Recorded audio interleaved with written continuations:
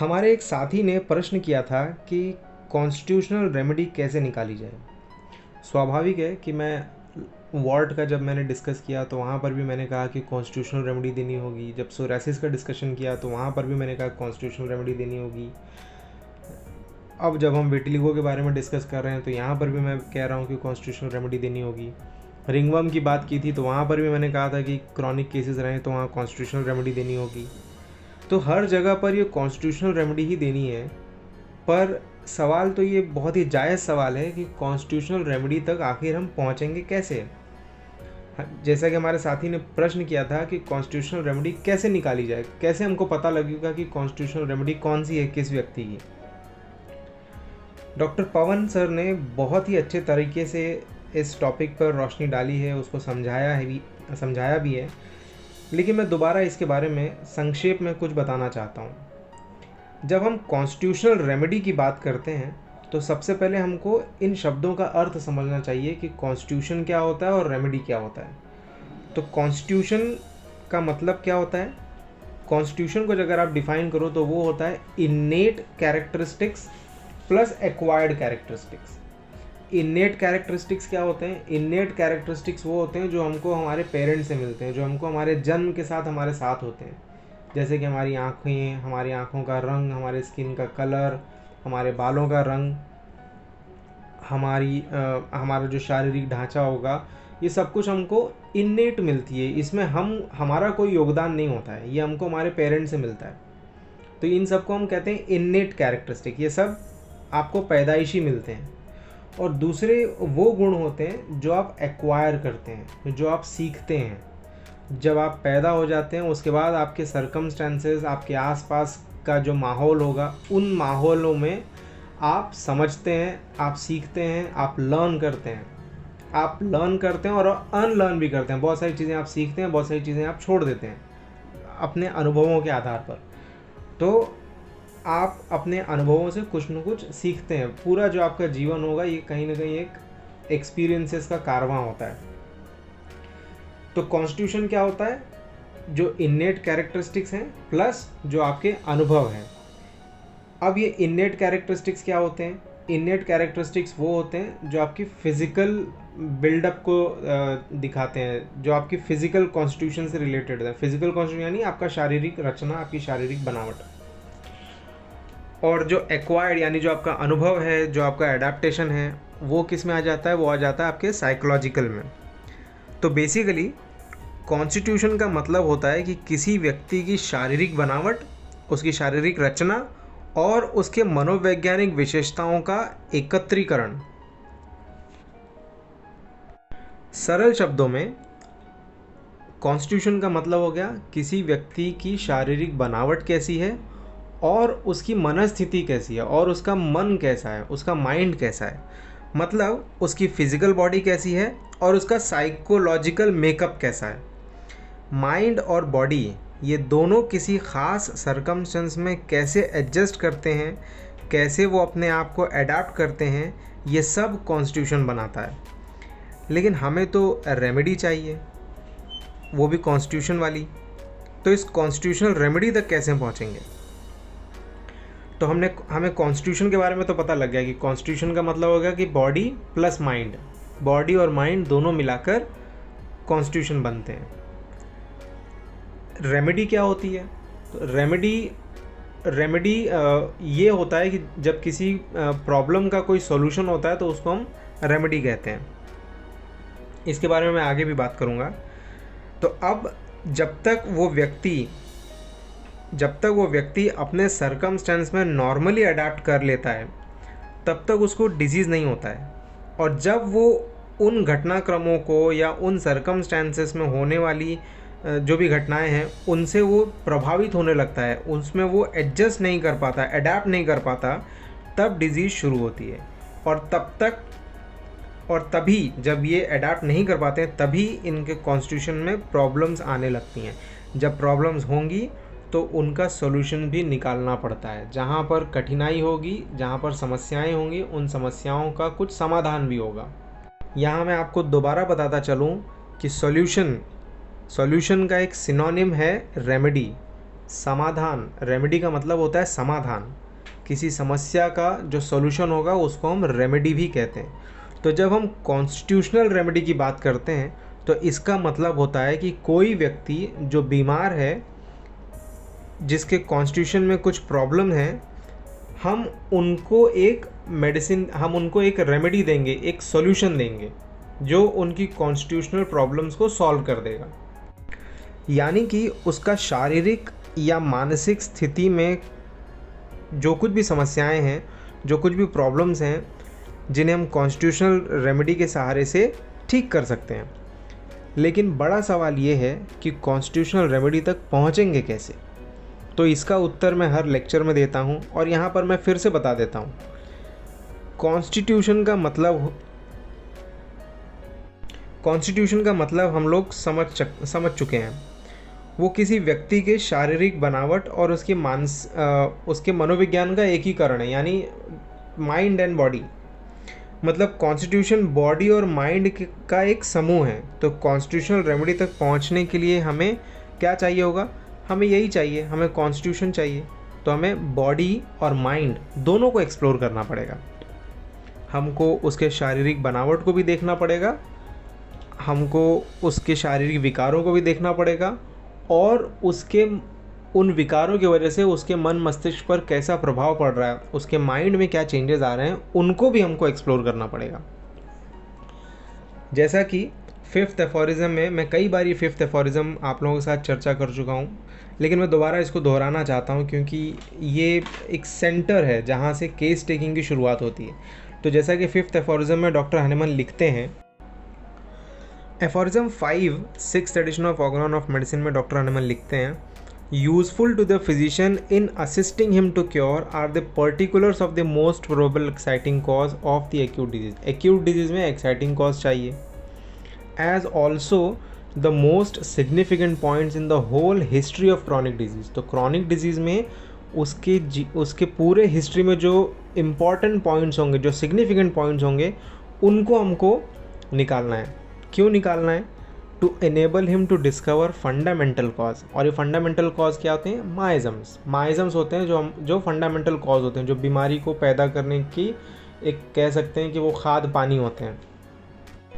आगे वो लिखते हैं, in these investigations the ascertainable physical constitution, यानी कि वो पेशेंट दिखता कैसा है, the ascertainable physical constitution of the patient, उसकी शारीरिक बनावट कैसी है, उसके शरीर का रंग कैसा है, उसके बालों का रंग कैसा है, बाल सीधे हैं, घुंघरालू हैं, गर्दन लंबी है, चौड़ी है, मोटी है, पतली है, सांवला रंग का है, गोरे रंग का है, चुलबुला है, या कैसा है वो।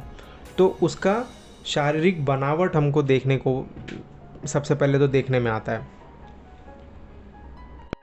उसके बाद लिखते हैं, his morals and intellectual character.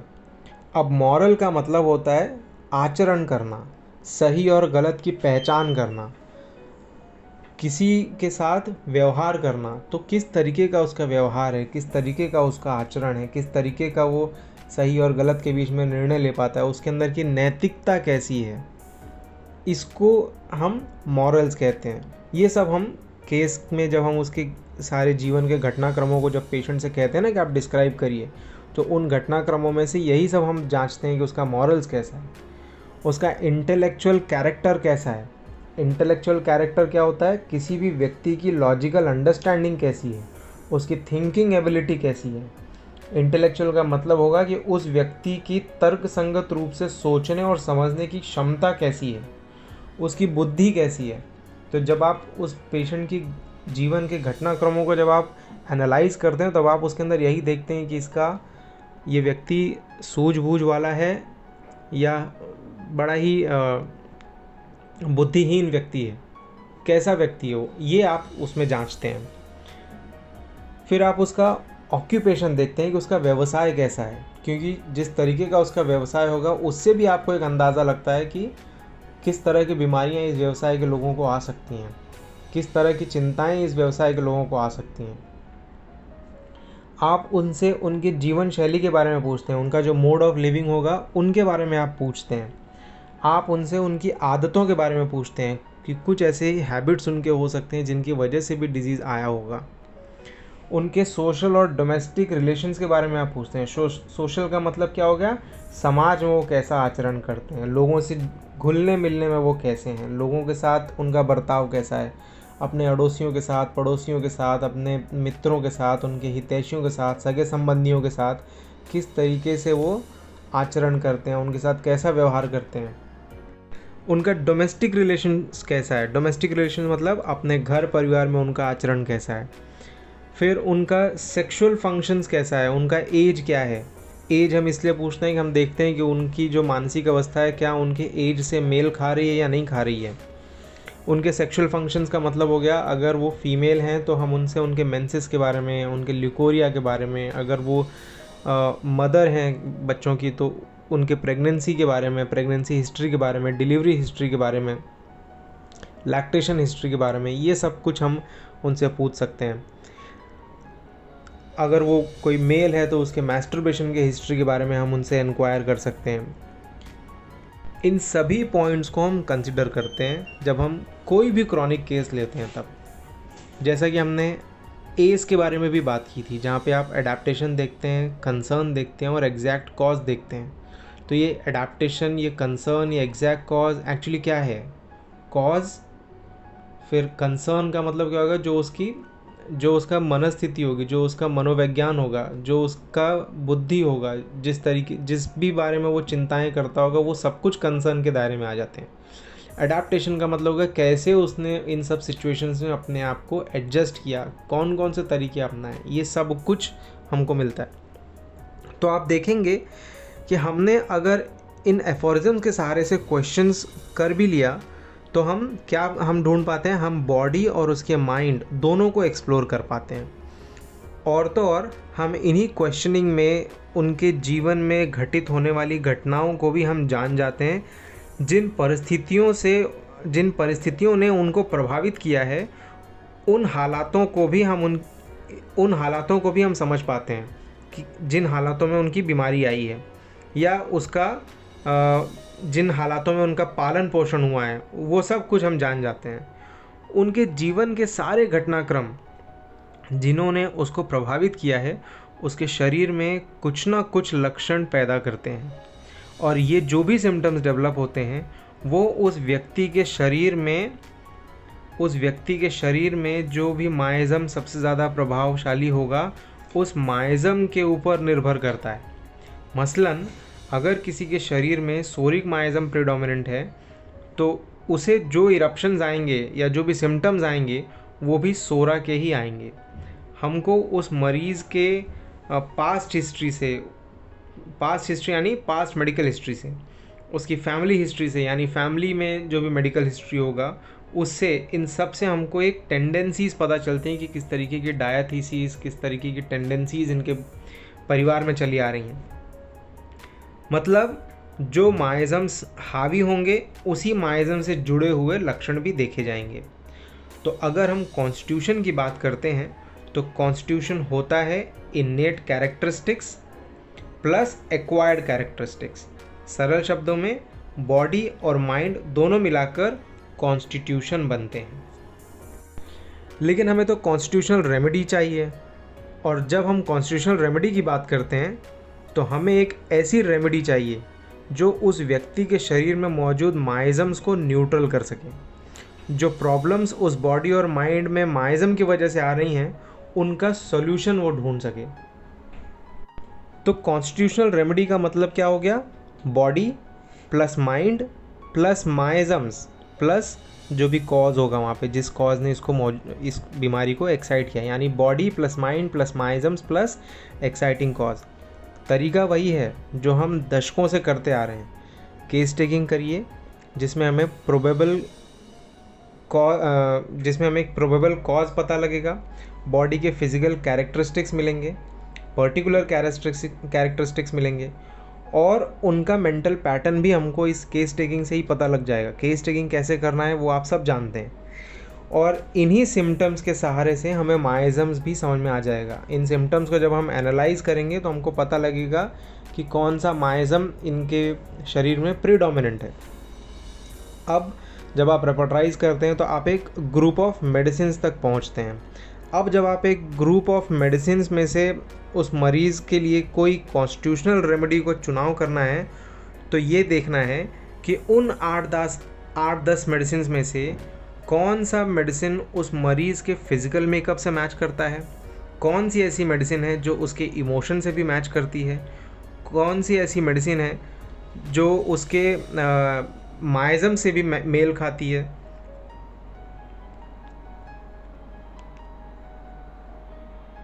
अब जब इसका सिलेक्शन करना हो तो उन 8-10 मेडिसिन में से जो भी ऐसी मेडिसिन होगी जो इन सब पॉइंट्स को कवर करती हो, जो उसके बॉडी से मेल खाती हो, जो उसके माइंड से मेल खाती हो, जो उसके माइज़म से मेल खाती हो, और प्लस जो उस एक्साइटिंग कॉज को भी कवर करती हो, वही मेडिसिन मोस्ट प्रोबेबली उसकी कॉन्स्टिट्यूशनल रेमेडी होगी।